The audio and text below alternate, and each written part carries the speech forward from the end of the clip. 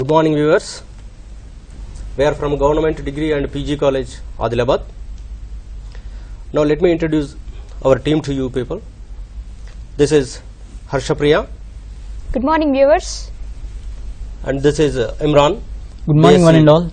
MPCS third semester. And this is Sohail Khan, BSc MPC. Good morning, third semester. everybody. Morning, everybody. And he is Mr. D. Rakesh, BSc MPCS third Good morning, semester. everyone. Yeah. Today we are here to present our study project to you.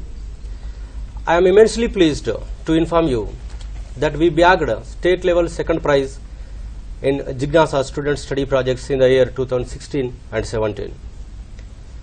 At the outset of this program, let me convey our gratitude to our Honorable Commissioner Ma'am and the staff of CCE for designing such a innovative program that enables the teachers to bring out the innate abilities of the students. Thanks to CCE once again. I feel this is the right moment to throw some light on what is actually a project and what is the procedure we have to follow in project method, because we all know that all the GDCs in the state of Telangana now are in the favor of Jignasa. Let me switch over to what is actually a project is. A project is a planned activity and a plan of action. A project is a planned activity and a plan of action that is designed to attain the predetermined objectives. A project may be individual or may be a group one. Based on the concept of the project, a new teaching methodology has been developed, that is project method. Now let us see what is actually this project method of teaching is. This project method of teaching is a modern teaching methodology that has been evolved and developed the early 20th century. This project method of teaching is a dynamic and a democratic approach of teaching. This is based on the philosophy of pragmatism. Pragmatism is the school of philosophy that has been developed by Jean Dewey. Educationalists consider that the pragmatism is a gift to education. The pragmatism is based on two basic principles. That is, one is learning by doing, and the second one is learning by living. When a learner is asked to do something, then he will learn something. And what the learner has learned by doing, it will remain forever in the minds of the learners. That's why pragmatism concentrates on learning by doing. Project method is also based on this basic principle, that is, the student has to learn by doing something or by involving in something. And the project method concentrates on the students has to perform constructive activities in a natural condition. Now let me switch over to the definitions of this project method. The project method has been introduced by Kilpatrick, but popularized and perfected by Stevenson. Kilpatrick has given an apt definition to this project and project method.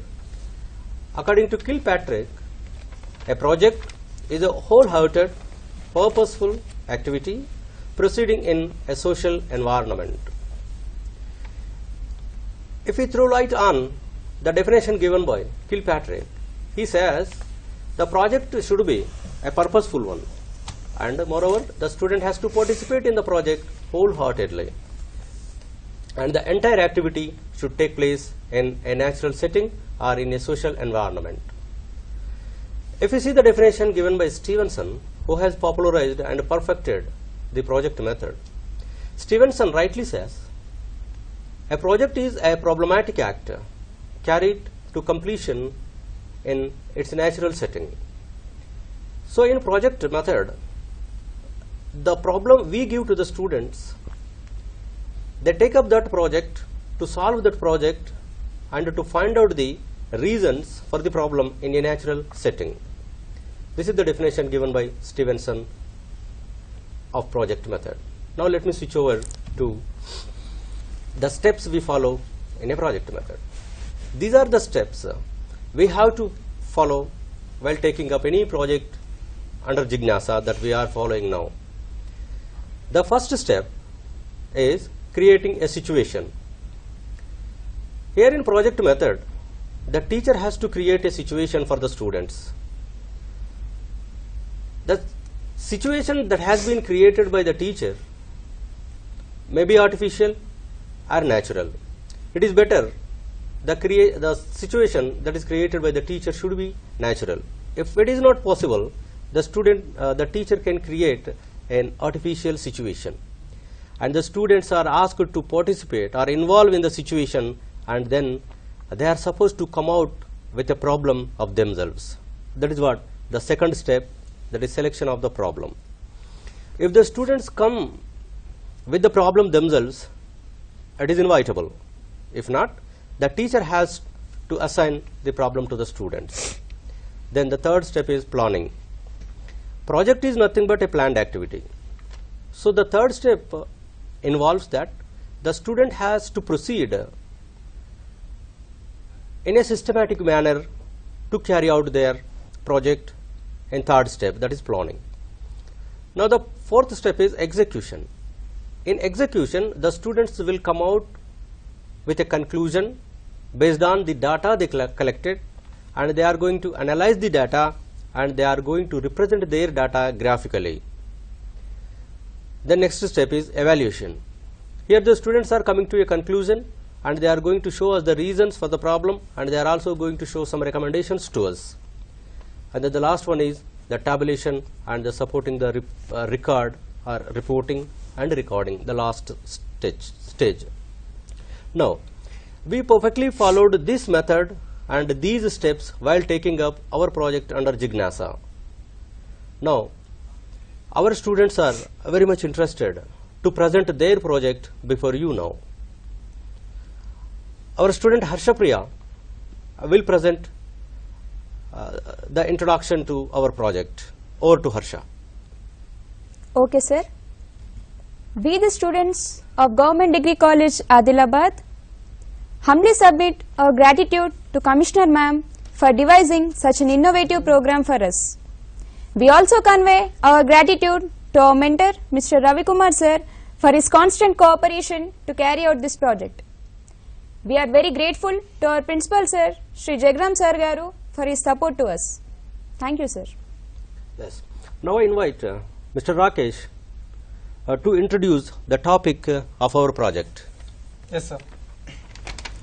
Under Jignasa, the problem we selected is spelling, a crucial aspect of English language learning, a study on the orthographic ability of undergraduate first year students of our college. Our Jignasa is to find out the spelling ability of first year students of our college and to rule out the reasons for the poor performance in spelling of the participants. We all know very well that spelling is very important aspect in all languages, especially English, because English is a non-phonetic language. There is no letter to sound correspondence. What we say, we can't write. What we write, we can't say.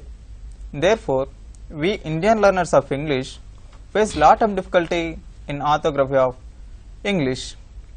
So, we focused on the spelling ability of first year students of our college, and we tried to suggest the steps to be taken to overcome this problem. Thank you, sir. Well done, Rakesh. Very good. Now, Harshapriya will explain you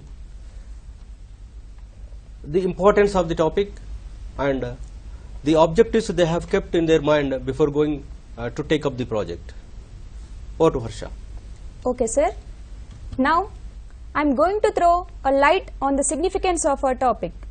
The topic we selected for this project is apt and important because spelling is an important aspect in learning English language. Because as we know that a bad speller is a bad communicator. Getting mastery over the orthography of English is a difficult task as it is a non-phonetic language. Now, let us see some of the objectives of our project. First one, to familiarize ourselves towards the importance of spelling of English. Second one, to identify the orthographic ability of undergraduate students.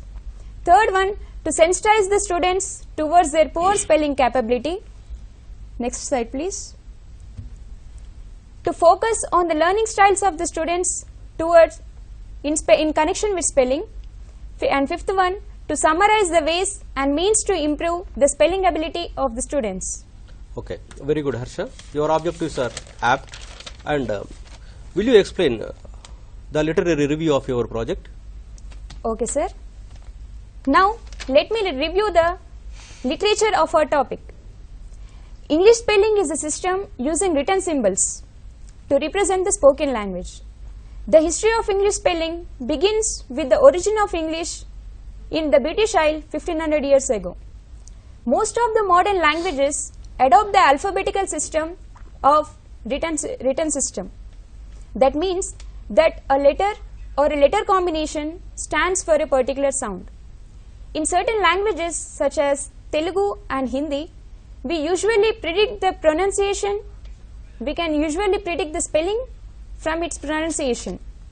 But when it comes to, unfortunately when it comes to English, there is no prediction of spelling from the pronunciation and pronunciation of spelling from spelling.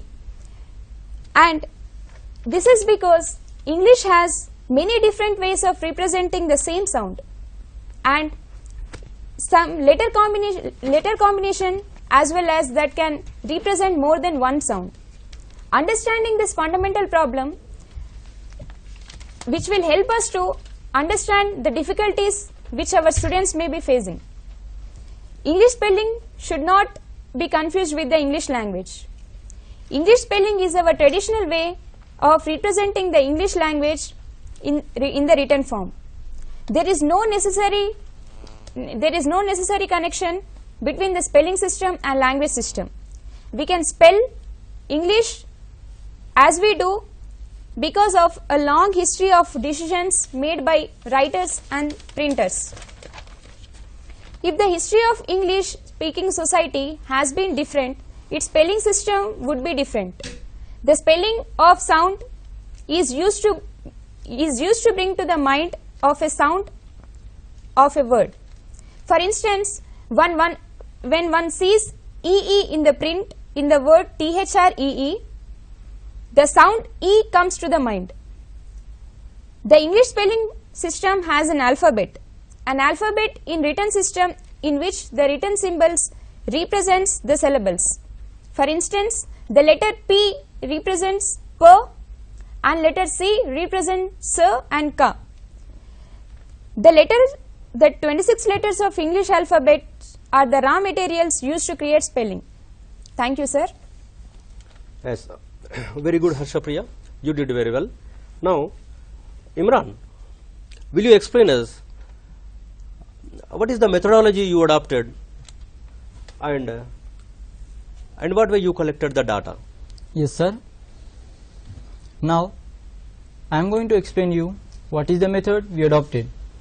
To collect the data, we adopted sampling technique in which we selected simple random sampling technique. Simple random sampling is a basic of sampling. The principle of simple random sampling is that every object has the same probability of being chosen. For this study, our target population is the 250 first year undergraduate students of a college. Out of the 250 students, we randomly selected 50 students, which is 20% in a population. Conceptually, it requires a complete sampling frame which may not be available or feasible to construct for large population. Even if a complete frame is available, more efficient approaches may be possible if other useful information is available about the units in the population.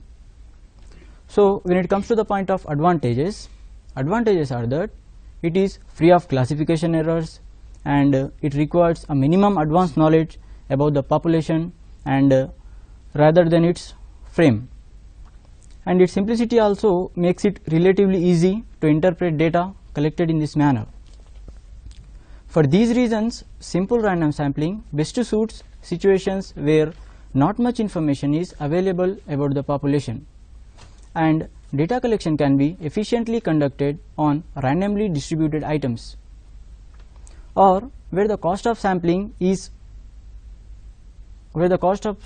small enough to implement or adjust the data. We adopted randomly sampling technique. For this study, our target population is the 250 first year undergraduate students of a college. Out of the 250 students, we randomly selected 50 students, which is 20% in a population. As we adopted random sampling technique, it was a heterogeneous group of male and female and of different mother tongues and of different educational and economic background, and also with different media. But we haven't categorized the data or our sample based on any of the above said parameters. We took into consideration that the entire sample as a whole and observed the spelling errors in writing a simple statements. And in this way, we dictated a declarative sentence to them, that is, received all my original certificates. We deliberately selected this statement because at the time of admissions after web counseling or at the time of receiving our original certificates, we were asked to write these statements and sign the register. When we observed these statements, most of the students wrote the statement with so many spelling errors, and in this way we try to analyze the data graphically. Thank you, sir. Well done, Imran. Very good. Now, Sohail, will you analyze the data you are collected and reveal the findings for us? Sure, sir. Now, I am going to give you the results and analysis of our project. Here, we have categorized our analysis in two different ways. Number one, student misspelled in the sentence, and number two, student misspelled in each word. Here we can see that number of students made all mistakes is 0, and number of students made one mistakes is 16, which is 38% of our selected sample, and number of students made all mistakes is 10, which is 20% of our selected sample, and lastly number of students made more than one mistake is 24, which is 48%. So nearly 50% of our selected sample have written the sentence wrongly, which means half of the students have written the sentence wrongly. So here we can see that number of students made more than one mistake is more than the number of students made only one mistake. Now, when it comes to the second category, that is student misspelled in each word, here we have a simple word receive, where 33 students have written the word wrongly, which is 66% of our selected sample. And then we have the other word, which is original, where 19 students have written the word wrongly, which is 38% of our selected sample. And lastly, we have the word certificate, where 20 students have written the word wrongly, which is 40% of our selected sample. So here students are getting confused because English is a non-phonetic language. So next slide please. For instance, if we take the word receive, here students have written IE instead of EI and S instead of C.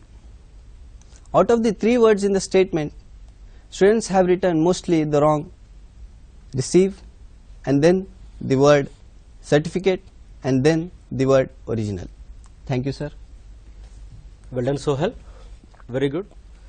Your analysis is super.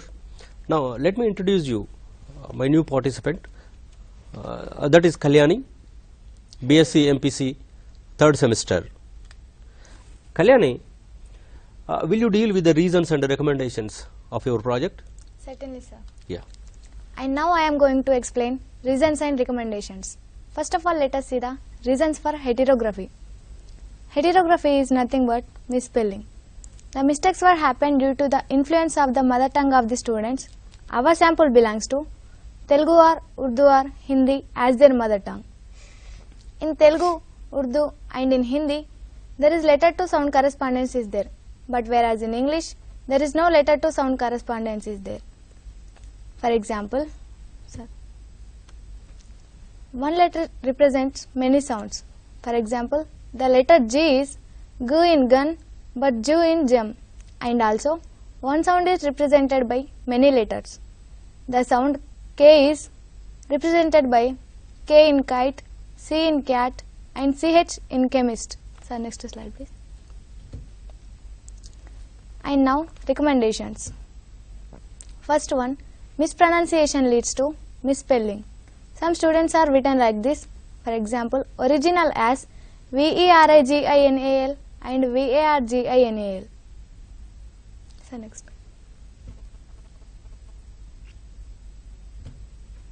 Therefore, stress should be laid on pronunciation than on writing at early stage. So next slide please. And second one is encouraging mnemonics.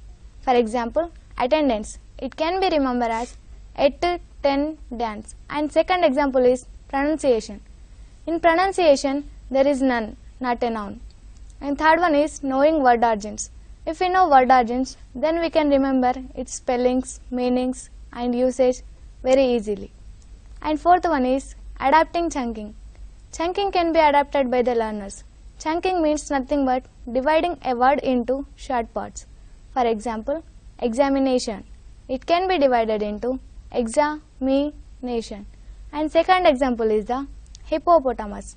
It can be divided into hippopotamus. Thank you, sir. Very good. Well done, Kalyani.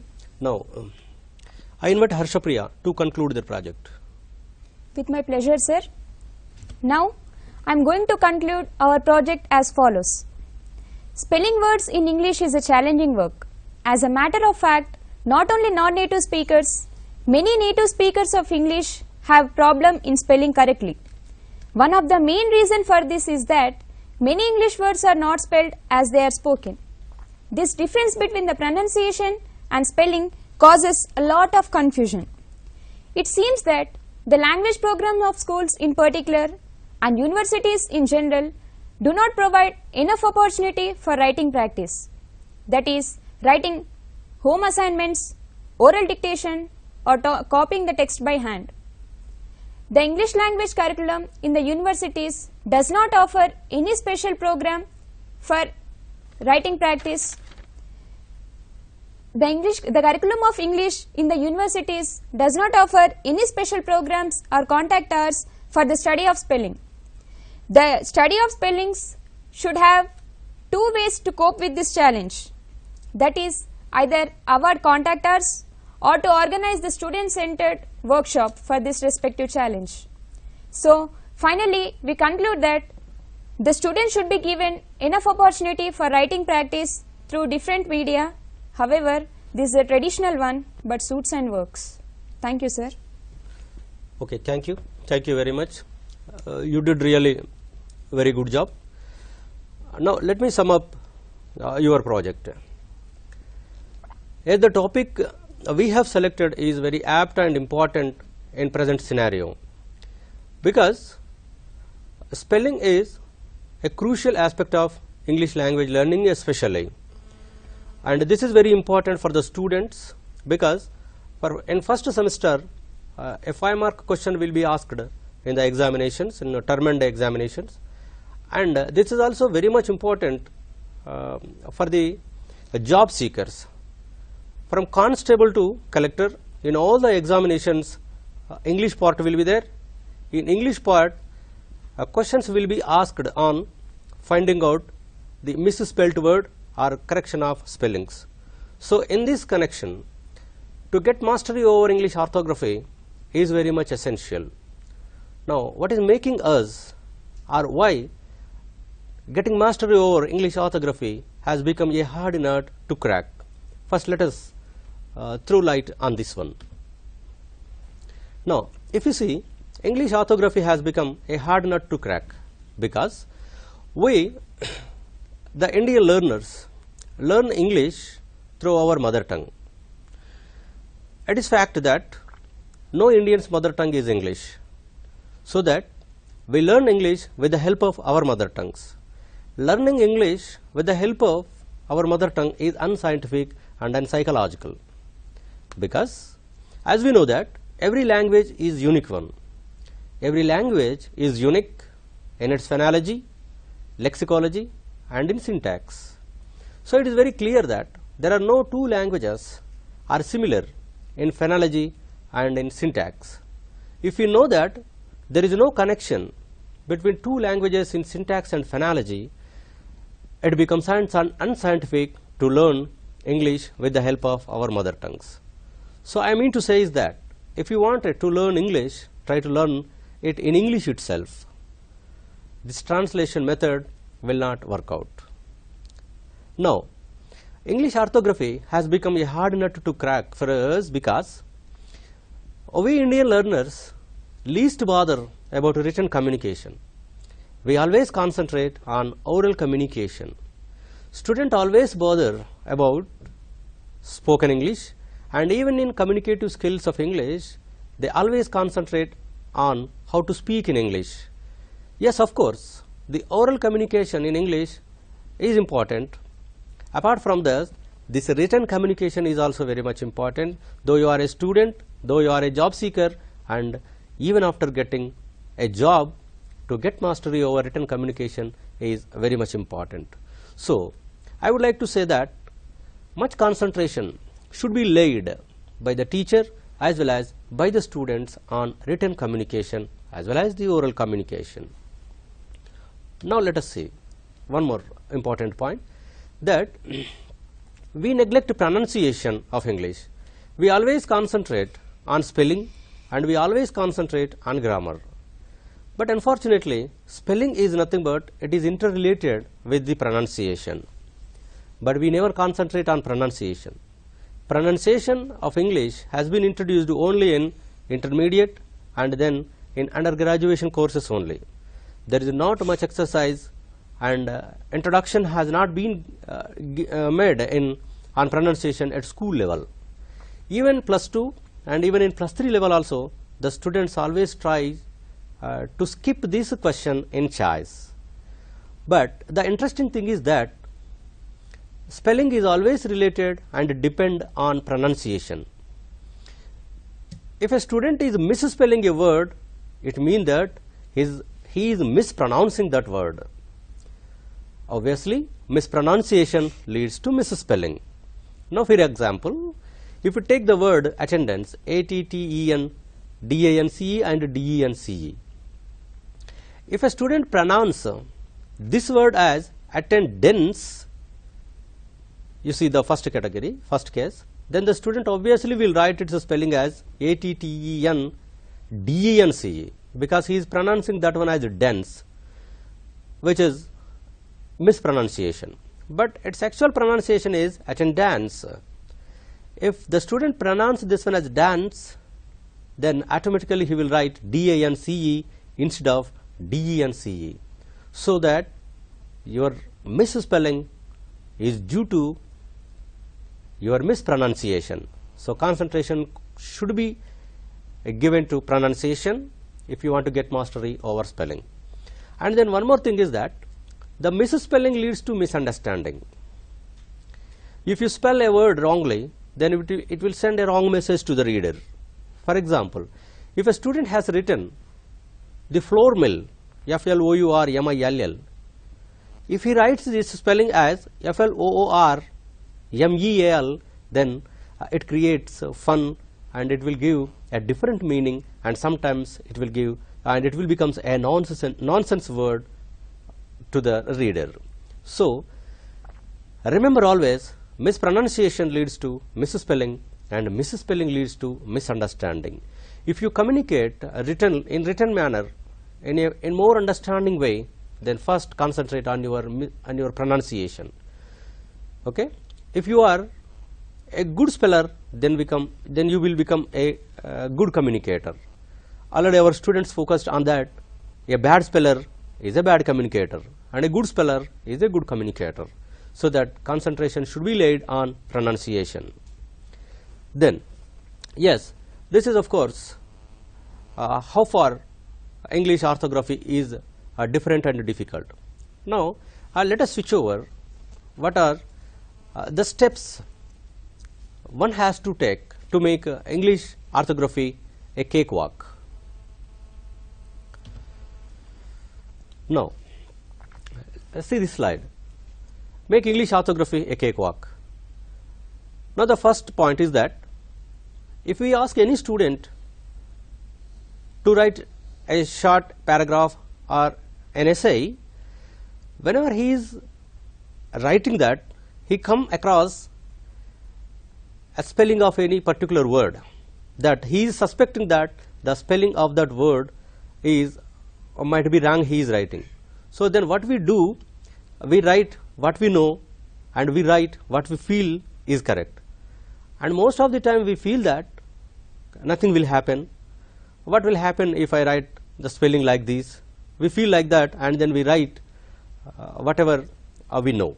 But that is the time when you suspect that you are not knowing the spelling of a word and you are suspecting the spelling of a particular word, then that is the time, then and there you have to refer a dictionary and then try to learn the correct spelling and write the correct spelling of the word.